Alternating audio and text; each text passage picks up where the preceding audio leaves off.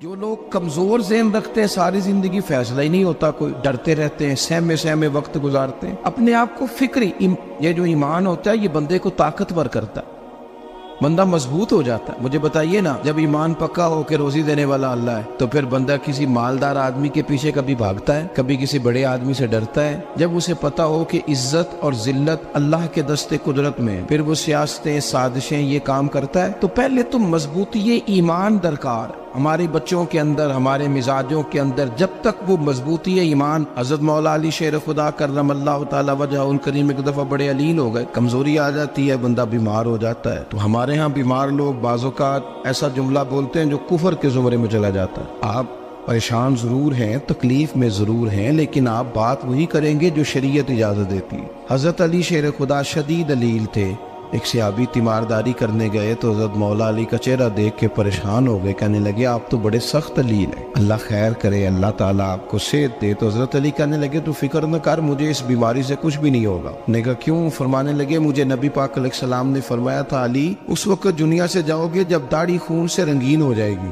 تو اس کا مطلب ہے میں خنجر کے وار کے ساتھ شہید کیا جاؤں گا، میں بیماری سے دنیا میں نہیں جاؤں گا، میں یہ بیماری سے مجھے کچھ بھی نہیں ہوگا، اللہ مجھے شفا دے دے گا، چونکہ حضور نے فرمایا کہ ساڈے نبی دی زبان ساڈے واسطے قرآن۔ تو سب سے پہلے تو اپنے ایمان کے اندر، توکل کے اندر مضبوطی پیدا کرے۔ مسلمان دیکھو نا، نماز پڑھنے سے روزی میں برکت ہوتی ہے، تو پھر اس کا مطلب یہ ہے کہ جب ٹائم آئے نا نماز کا تو گاہک جتنے مرضی کھڑے ہوں پھر دکان بند کرنی چاہیے، پھر نماز پڑھنی چاہیے، کیونکہ روزی تو اللہ نے دینی ہے، گاہکوں نے تو دینی۔ تو سب سے پہلے ضروری ہے مضبوطی ایمان، توکل، اللہ کی ذات پر بھروسہ۔ آپ کبھی میدان کربلا کا پورا نقشہ اپنے سامنے رکھیں نا، دو چیزیں ہیں، امام حسین کو نظر آ رہا ہے اب شہادت ہو جائے گی، اتنی بڑی فوج آئی ہے، خدا کی حکمت کے تقاضے سمجھ میں آ رہے ہیں، حالات کیا ہوں گے سمجھ آ رہی، پر ایک لمحے کے لیے بھی ان کا توکل کمزور نہیں ہوا۔ اپنے رب پر جو مضبوط بھروسہ ہے، سیدہ طیبہ طاہرہ حضرت فاطمہ الزہرا رضی اللہ تعالیٰ عنہا اونٹ کے بالوں کی بنی ہوئی چادر اوڑھ کر چکی پیس رہی تھی۔ یہاں بیویاں بڑا روتی ہیں، غریبی بڑی ہے، بڑی غریب بھی ہے، حالانکہ اب کون بندہ پیوند والے کپڑے پہنتا ہے جی؟ اب تو بڑی مشکل سے وہ لوگ ملتے ہیں جو جوتا ٹوٹ جائے تو گانٹھ کے پہنے، ورنہ تو نئے جوتے آ جاتے ہیں۔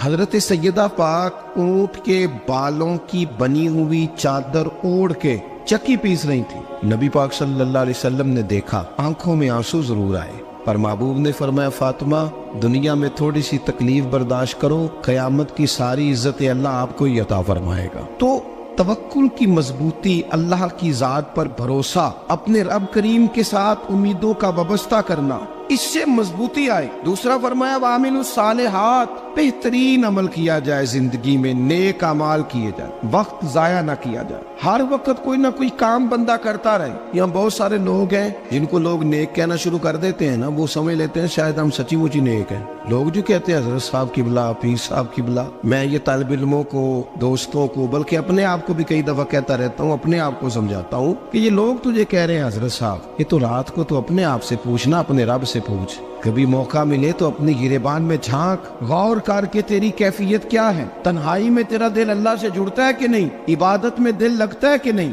خدا کا خوف دل میں رہتا ہے کہ نہیں، غریب کی محبت، عزیزوں قربت والوں کا احساس طبیعت میں موجود رہتا ہے کہ نہیں۔ ویسے تو میرا مطلب ہے، لوگ کہہ دیتے ہیں حاجی صاحب آپ بڑے سخی ہیں، تو اس سے تو نہیں نا بندے نے سخی ہونا، سخی تو تب ہونا ہے جب اللہ کی بارگاہ میں مقبول ہوگا۔ اعمال صالحہ، نیک کام، اور وہ کرتا رہے بندہ، کوئی بھی کام اسے نیکی کا مل جائے نا۔ دیکھنا اپنا معیار ہر انسان نے بنایا ہوتا ہے کامیابی کا۔ کچھ لوگوں کا خیال یہ ہوتا ہے کہ بچے میرے پڑھ گئے، اپنی اپنی جگہ پہ سیٹ ہو گئے، میں اب بڑے سکون میں ہوں۔ کچھ کی رائے یہ ہوتی ہے کہ میں نے سب بچے بچیوں کا بیاہ کر دیا ہے، گھر میرا بن گیا ہے، اب میں بڑے آرام میں ہوں، قرار میں ہوں، سکون میں ہوں۔ تو اپنی اپنی رائے ہوتی ہے، لیکن حقیقت وہ ہے، اصل وہ ہے جسے اللہ کے قرآن نے بیان کیا۔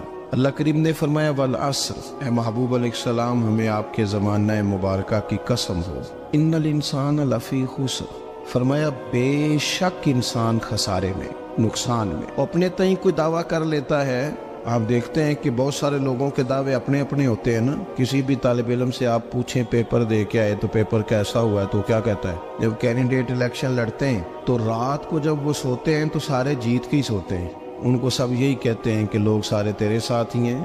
حالات، یہ جتنے بادشاہ حکمران ہوتے ہیں ان کے بگڑنے کی بنیادی وجہ ہوتی ہے کہ یہ خوش فہمیوں میں مبتلا ہوتے ہیں. ہم میں سے بھی ڈھیر سارے لوگ ہیں جو خوش فہمیوں میں مبتلا ہیں. کچھ کہتے ہیں جناب ہماری نسبت بڑی تگڑی ہے. بھئی نسبت تو امام حسین سے تگڑی تو کسی کی نہیں نا. تو ساری رات نماز پڑھتے تھے، روزے رکھتے تھے، اللہ کو یاد کرتے تھے. آپ خالی نسبت پر بیٹھ کر عمل چھوڑ جائیں تو یہ کیسے ممکن ہے؟ تو اپنے اپنے تئیں لوگوں نے معیار کامیابی کے قائم کر لیے ہیں. اللہ فرماتا ہے کہ محبوب مجھے قسم ہو زمانے کی، انسان نقصان میں. یہ دن بدن جو وقت گزار رہا ہے تو اس کا نقصان، اس کا خسارہ، اس کا گھاٹا بڑھتا جا رہا ہے. روز نقصان میں. کتنا کتنا عمر کا حصہ لوگوں نے ضائع کر دیا. کتنے کتنے بہترین لوگ تھے لیکن روزی روٹی کے پیچھے وقت سارا برباد ہو گیا. یہ رزق حلال کے لیے دوڑ دھوپ ہو وہ تو بڑی بات، لیکن تکبر کے لیے اور خواہشات، بیجا خواہشات کی تکمیل کے لیے، ایک دوسرے سے آگے بڑھنے کے لیے بڑا وقت ضائع کیا لوگوں. اچھا کوئی بھی نہیں جیتا، خاندانوں میں بھی کوئی نہیں جیتا، برادریوں میں بھی کوئی نہیں جیتا، پر لڑائی ساری زندگی کی ہے. میں نے آگے گزرنا ہے، میں نے آگے، حالانکہ کوئی کسی کو جیتنے دیتا ہی نہیں. اپنے اپنے تئیں لوگوں نے معیار قائم کیے کامیابی کے. اللہ فرماتے ہیں بے شک انسان نقصان میں ہے، لیکن جس میں 4 خوبیاں پائی جائیں اللہ کا قرآن کہتا ہے وہ بندہ کامیاب ہو. کون کون سی؟ الا الذین آمنوا. سب نقصان میں نہیں سوائے ان لوگوں کے جو ایمان لائے. سب سے پہلے کیا کرے؟ ایمان ہو اس کے پاس، مضبوط ایمان. وعملوا الصالحات، اور ایمان بھی لائے اور نیک کام بھی کرے.